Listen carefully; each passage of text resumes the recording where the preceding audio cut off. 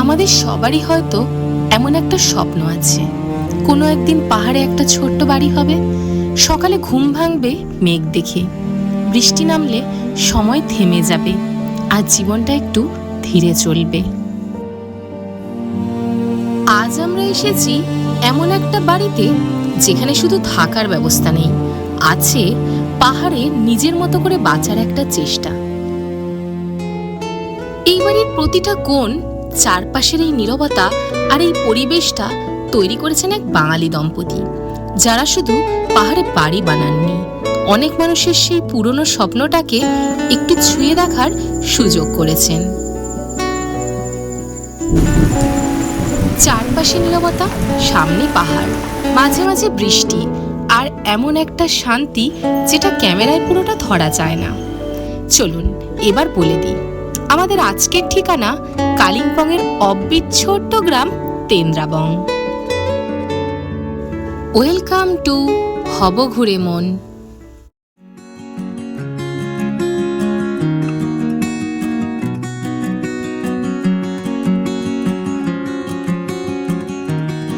পেছনে রয়ে যাচ্ছে তাড়াহুড়োর পৃথিবীটা, আর সামনে অপেক্ষা করছে পাহাড়ের ধীর শান্ত একটা গল্প। যাত্রা তো সবে শুরু, আর তার আগেই সামনে আসছে এমন এক দৃশ্য যেটা দেখে হয়তো কিছুক্ষণের জন্য শুধু তাকিয়ে থাকতে ইচ্ছে করবে।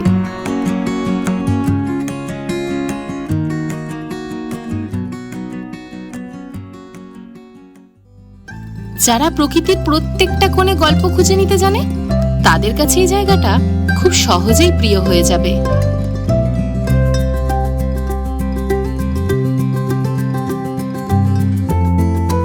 প্রকৃতির এই শান্ত কোণটার নাম টুকা ভ্যালি। আমি এখন যেখানে বসে আছি এটা হচ্ছে টুকা ভ্যালি। বিশ্বাস করুন, সত্যি করে একটা কি অসাধারণ যে আপনি ভ্যালি ভিউ পাবেন, কি বলবো। যেমন রয়েছে এখানে সুন্দর সুন্দর ফটোজেনিক স্পট, যারা ফটো তুলতে ভালোবাসেন তাদের তো একদম মন কেড়ে নেবে, আর যারা ভিউ পাগল, ভিউ দেখতে ভালোবাসছেন, প্রকৃতির মূল রসদটা নিতে চাইছেন, তাদের জন্য কিন্তু এই জায়গাটা একদম পারফেক্ট। তেন্দ্রাবংয়ে আমি যে হোমস্টেতে এসেছি সেখান থেকে এই যে স্পটটা টুকা ভ্যালি, ওই 3 কিলোমিটার মতন।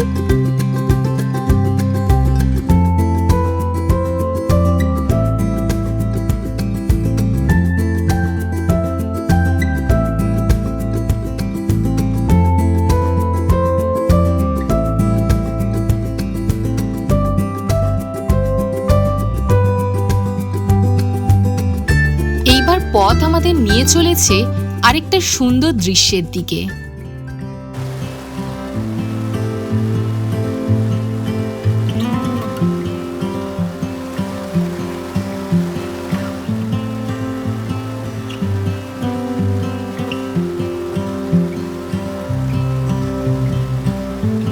আমি এখন দাঁড়িয়ে আছি ডুকা ওয়াটারফলসের সামনে। এখন জুন মাস, যেহেতু প্রচন্ড গরম ছিল, জল অনেকটা কমে গেছে, কিন্তু বর্ষার পর আসলে বা জুলাই আগস্টে আসলে এটা কিন্তু ভীষণ সুন্দর লাগে। তেন্দ্রাবংয়ে আসলে আপনারা কিন্তু ডুকা ওয়াটারফলস আর ডুকা ভ্যালি একেবারেই মিস করবেন না।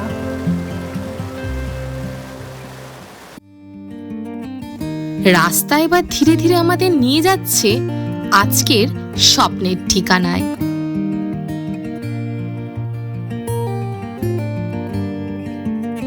সব বাড়ির একটা ঠিকানা থাকে, কিন্তু কিছু বাড়ির থাকে অনুভূতি।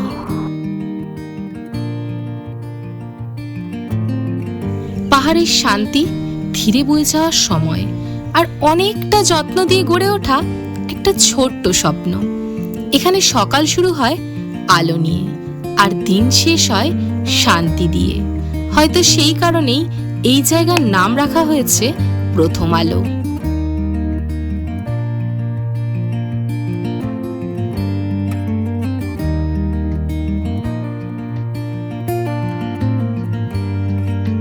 দাদা দিদির উষ্ণ অভ্যর্থনার সাথে শুরু হচ্ছে আজকের পাহাড়ি ঠিকানার গল্প। তেন্দ্রাবঙ্গে এই হচ্ছে আমাদের রুম মেঘমেদুর। চলুন ভেতরটা দেখে নিই। এই হলো সুন্দর রুমটা যেটাতে আমি আজকে থাকবো। এখানে ঢুকতেই দেখতে পাওয়া যাচ্ছে দুটো কুইন সাইজ বেড রয়েছে আর অসম্ভব সুন্দর করে এটা সাজানো রয়েছে। এই হলো পুরো রুমের সিনারিওটা। আর যেহেতু কখনো কখনো পাহাড়ে আজকাল গরম পড়ছে তাই ফ্যানও দেওয়া রয়েছে। এবার যাচ্ছি পেছন দিকটাতে। এখানে রয়েছে একটা মিরর আর এই হলো এই দিকটাতে আসলে এখানে রয়েছে ওয়াশরুম। ওয়াশরুমে সমস্ত মডার্ন ফেসিলিটি অ্যাভেলেবেল রয়েছে। ওয়াশরুমের বিপরীত দিকেই রয়েছে এখানে ব্যালকনি। এই হলো ব্যালকনিটা। এখানে বসার জন্য সিটিং পজিশন দেওয়া রয়েছে আর বাইরে থেকে সিনারিটা হচ্ছে ঠিক এই রকম। এই পাশে আরেকটা রুম রয়েছে। এই রুমগুলো হচ্ছে এক্সিকিউটিভ কটেজ, একদম নতুন হয়েছে। এছাড়াও দাদার ওইদিকে আরো রুম রয়েছে, আমি পরে দেখাচ্ছি। এই হলো ওভারঅল সিনারিওটা। এই রুমে দুটো বেডের মাঝখানে রয়েছে একটা ছোট মতো ওয়ার্ড্রপ যেখানে আপনারা জিনিস রাখতে পারবেন। আর ওপরেই রয়েছে টেবিল যেখানে আপনারা দেখতে পাচ্ছেন ঘরে আপনারা চাও করে খেতে পারেন। এখানে রয়েছে ইলেকট্রিক কেটেল, জলের বোতল, কাপ সবই দেওয়া আছে। আর এখানে চা কফিরও ব্যবস্থা রয়েছে, আপনারা ঘরেও খেতে পারেন। এই যে দাদা নিয়ে এসেছে, আমরা গরম থেকে এসেছি তাই আমাদের জন্য ফ্রেশ কোল্ড ড্রিঙ্কস। এই হলো দুটো এক্সিকিউটিভ কটেজ আর এই যে সামনে একটা সুন্দর লন আর এই পাশে রয়েছে চারটে মাউন্টেন ভিউ কটেজ।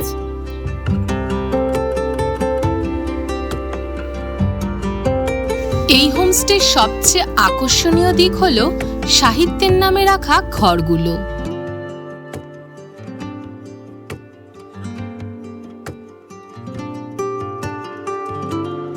এই রুমটা হচ্ছে মাউন্টেন ভিউ রুম। এই রুমে রয়েছে একটাই বেড আর এই হচ্ছে রুমের ভেতরের সিনারিওটা। আর এই যে বেডটা রয়েছে এটা রয়েছে কিং সাইজ বেড। এখানে 2-3 জন ভালো মতো ঘুমোতে পারবে। উডেনের কাজ রয়েছে। এই রুমেও ফ্যান দেওয়া আছে। ওখানে রয়েছে বসার জন্য একটা মোড়া, পাশে রয়েছে একটা আলমারি ছোট মতন যেখানে আপনারা জিনিস রাখতে পারবেন। মিডিলে রয়েছে একটা টেবিল আর এদিকে অনেকজন ভালো মতো বসতে পারবে। একটা সোফা রয়েছে ছোট মতো। সোজা ঢুকে গেলে এই হচ্ছে একটা মিরর আর এই উল্টো দিকেই রয়েছে ওয়াশরুম। ওয়াশরুমে সমস্ত মডার্ন ফেসিলিটি অ্যাভেলেবেল। আর এই হলো ওভারঅল রুমটা।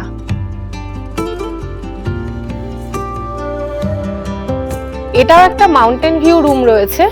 এটাও অনেকটা আগে যে রুমটা দেখালাম তার মতোই, শুধু এখানে তফাৎ হচ্ছে দুটো বেড রয়েছে, একটা ডাবল বেড একটা সিঙ্গেল বেড। আর মাঝে রয়েছে একটা টেবিল, ছোট মতো চেয়ার আর এরকম উডেন কাজ করা। খোলামেলা খুব সুন্দর আলো আসে প্রত্যেকটা ঘরে আর সুন্দর করে সাজানো। এই পাশে রয়েছে টেবিল আর একটা চেয়ার দেওয়া রয়েছে।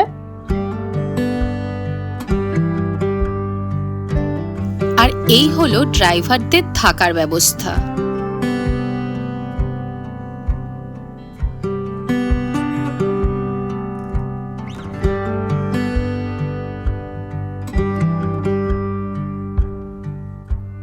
দাদার কাছ থেকে জেনে নেব এখানে কত রকমের রুম আছে আর রুম ট্যারিফ কি আছে।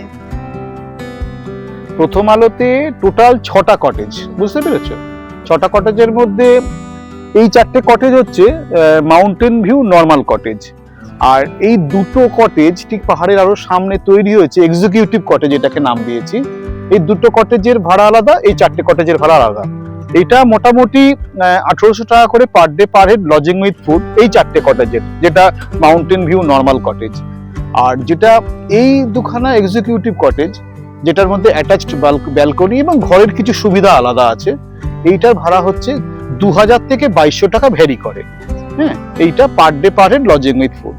এই দু ধরনের ক্যাটাগরির আমার রুম এখানে অ্যাভেলেবেল।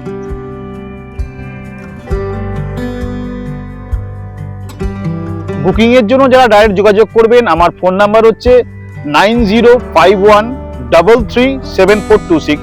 এই নাম্বারে ফোন করলে ডাইরেক্ট আমাকে কন্ট্যাক্ট করা যায়। আরেকটা নাম্বার, কোনো কারণে ব্যস্ত থাকলে আরেকটা নাম্বার বলে রাখছি, সেটা হচ্ছে 9051483369। এখানে সোমদত্তার সঙ্গে কন্ট্যাক্ট করতে পারবেন। আচ্ছা দাদা, এখানে যে আসবে শেয়ারিং ভাবে কিভাবে আসবে? শেয়ারিং এ আসলে আর যদি কেউ মনে করে রিজার্ভ করে আসবে সেটাও কিভাবে আসবে তুমি একটু বলো।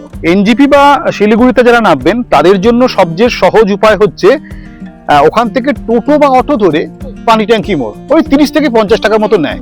ওখান থেকে পানি ট্যাঙ্কির মোড় থেকে কালিম্পং এর বিভিন্ন শেয়ার ক্যাব ছাড়ে, আচ্ছা ধরো 200 টাকা করে ভাড়া, আচ্ছা একদম চলে আসবে কালিম্পং বাজার। ওখান থেকে আবার শেয়ার ক্যাব করে আলগাড়া বাজার পর্যন্ত আসে, ওটা 70 টাকা করে ভাড়া। এবার আলগাড়া থেকে আমার এখানে শেয়ার ক্যাব চলে, গ্রাম তো ছোট গ্রাম, খুব কম গাড়ি যাতায়াত করে, তাহলে বেস্ট হবে আলগাড়া থেকে আমাকে বললে আমি কোনো গাড়ি পাঠিয়ে দেবো, এটা বেস্ট আমার এখানে আসার জন্য। আর যারা পার্সোনালি আমাকে বলে যে গাড়ি পাঠিয়ে দেবার জন্য শিলিগুড়ি বা এনজেপিতে, তাদের ছোট গাড়ির ভাড়া মোটামুটি 3.5 থেকে 4 মধ্যে ভ্যারি করে সিজন এবং অফ সিজনে। আর বড় গাড়ি মোটামুটি 4.5 থেকে 4,800 পর্যন্ত ভ্যারি করে। গাড়ি ওয়াইজ এগুলো ডিপেন্ড করে, ইনোভা গাড়ি হলে আলাদা, বোলেরো সুমো হলে আলাদা, এগুলো গাড়ির উপর মোটামুটি অন অ্যান অ্যাভারেজ এরকমই চলে হচ্ছে গাড়ি ভাড়া। ডাইরেক্ট আমার বাড়ি পর্যন্ত গাড়ি আসে, একটা সিঁড়িও টপকাতে হয় না।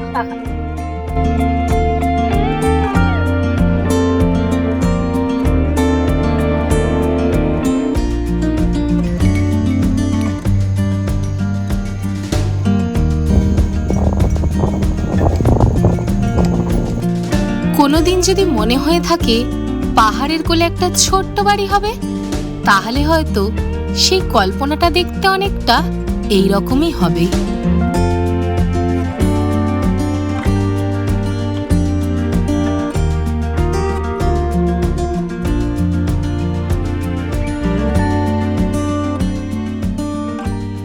এই বাড়ির প্রত্যেকটা কোণ দেখলেই বোঝা যায় এটা শুধু একটা বাড়ি নয়, ভালোবাসার স্বপ্নে গড়ে ওঠা এক বাঙালি সংসার, যেখানে বাঙালিয়ানা আর সৌন্দর্য খুব স্বাভাবিকভাবেই মিশে গেছে।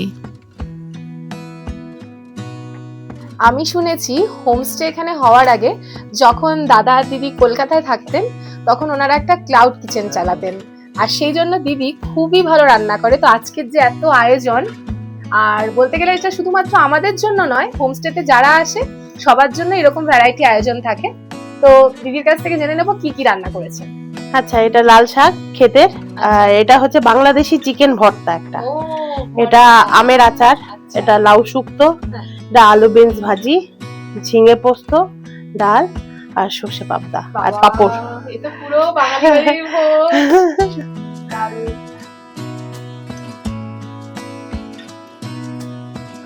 আমি একজন নিখাত ভেতো বাঙালি, আর তারপরে আবার এই ভর্তা, আবার চিকেন ভর্তা একদম নতুন লেগেছে। এটাতেই আমি প্রথমে স্টার্ট করছি, দেখি কেমন হয়েছে। দেখি মনে হচ্ছে যা টেস্টি হবে না।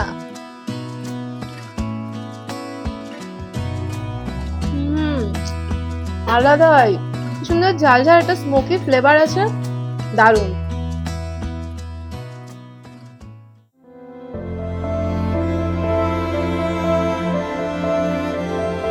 দুপুরে খাওয়া দাওয়ার পর এবার পা বাড়ালাম গ্রামের শান্ত বিকেলটাকে নিজের মতো করে ছুঁয়ে দেখার জন্য।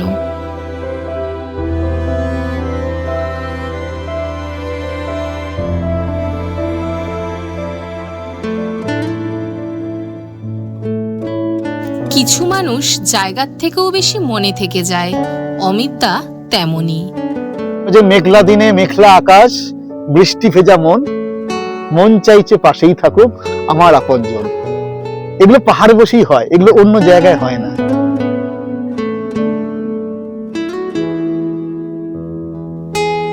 মেঘের মধ্যে আমি রয়ে থাকি, কখনো মেঘ আমার নিচে, কখনো মেঘ আমাকে ঢেকে। এই ব্যাপারগুলো না অসাধারণ, অসাধারণ।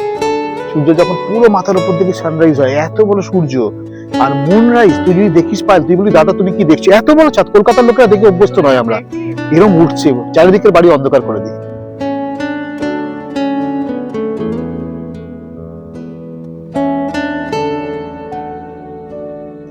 আজ পর্যন্ত আমি কালিম্পং এর অফবিট ডেস্টিনেশন গুলো নিয়ে যে সমস্ত ভিডিও বানিয়েছি, তার মধ্যে সব থেকে উপরের তালিকায় রাখবো এই তেন্দ্রাবংকে।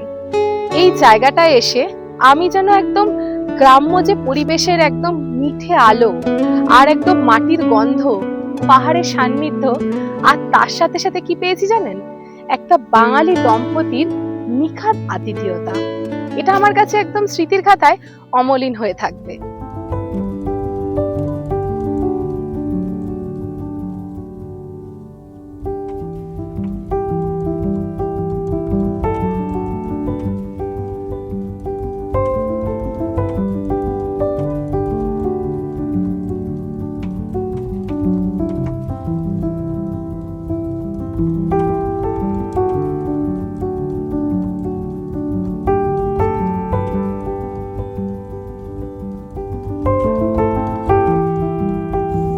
এইবার আসলাম হোমস্টের খুব কাছেই একটা ভিউ পয়েন্ট দেখতে।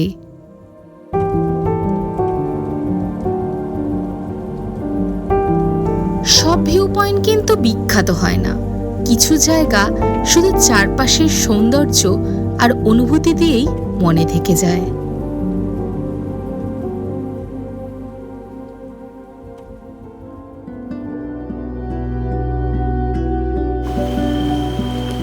আস্তে আস্তে দিনের আলোটা ম্লান হয়ে আসছে, আর পাহাড় তার রং বদলের আগেই হোমস্টেটা একে একে আলোয় সেজে উঠছে।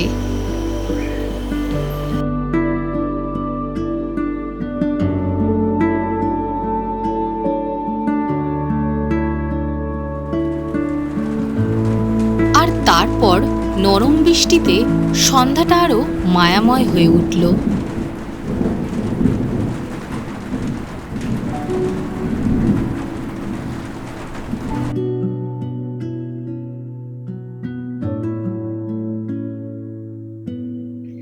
এক কাপ গরম চায়ের সাথে সন্ধ্যাটা শুরু হলো, আড্ডা জমে উঠবে। চলুন তার আগে দেখিয়ে দিই দিদির হাতে স্পেশাল কি স্ন্যাক্স আজকে রয়েছে। রয়েছে চা, আর তার সাথে রয়েছে নেপালি অথেন্টিক একটা স্ন্যাক্স যার নাম ফালে। এবার ফালেটা একটু টেস্ট করে দেখি, খুবই সুন্দর হবে সে তো জানি।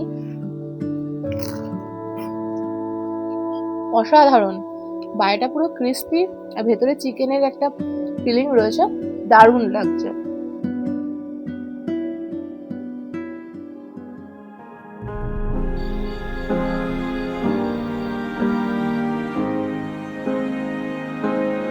হোমস্টের এই কোণটা হলো ওনাদের একটা নিজস্ব ভিউ পয়েন্ট।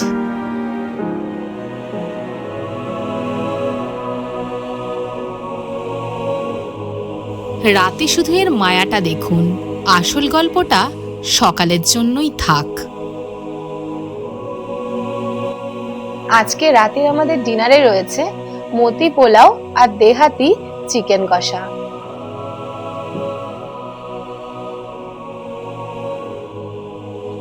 আজকের গল্পটা এই অবধিই থাক, দেখা হচ্ছে কাল সকালে।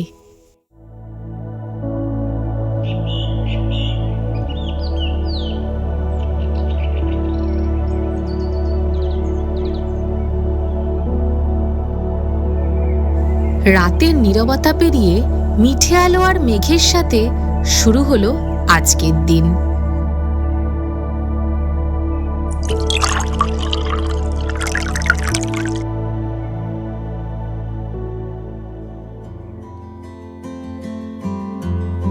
এই হলো হোমস্টের সেই নিজস্ব ভিউ পয়েন্ট। এই দিকটাতে রয়েছে পেডং, সিলারিগাঁও, আর ওই কোনার দিক থেকে কাঞ্চনজঙ্ঘা। যদিও তেন্দ্রাবং থেকে কাঞ্চনজঙ্ঘার ভিজিবিলিটি আসে না। এই মিডিলেই রয়েছে সিকিমের দিকটা, ওই ওপর দিকেই রয়েছে নাথুলা রেঞ্জ। তারপরে কোনার দিকটাতে চলে গেলেই হচ্ছে বাংলা সিকিমের বর্ডার। আর এই সাইডটাতে যদি ঘুরিয়ে দিই, ওদিকেই রয়েছে ডুকা ভ্যালি, ডুকা ফরেস্ট।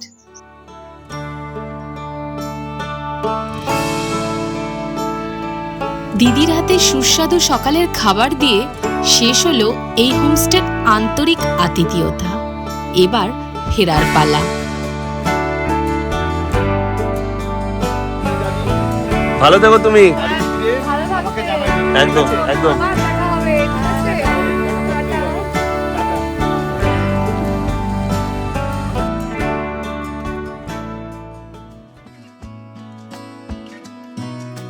ফেরার আগে আরো কিছু সুন্দর মুহূর্ত সঙ্গে নিয়ে তারপর রওনা দেব এনজিপির উদ্দেশ্যে।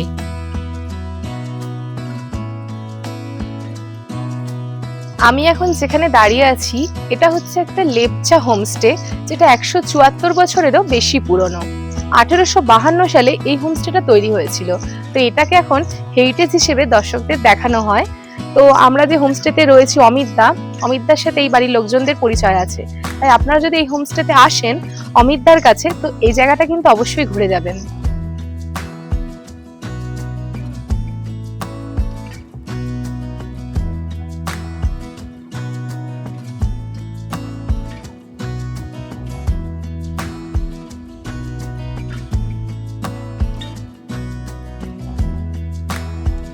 চলুন এবার দেখা হোক পথের আরেকটা সুন্দর অধ্যায়ের সঙ্গে।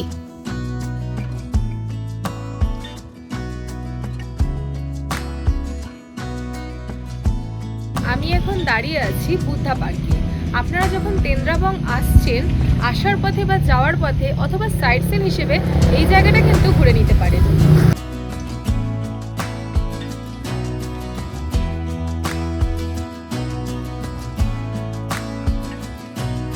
অবশেষে আমরা ভিডিওর একদম শেষ প্রান্তে চলে এসেছি।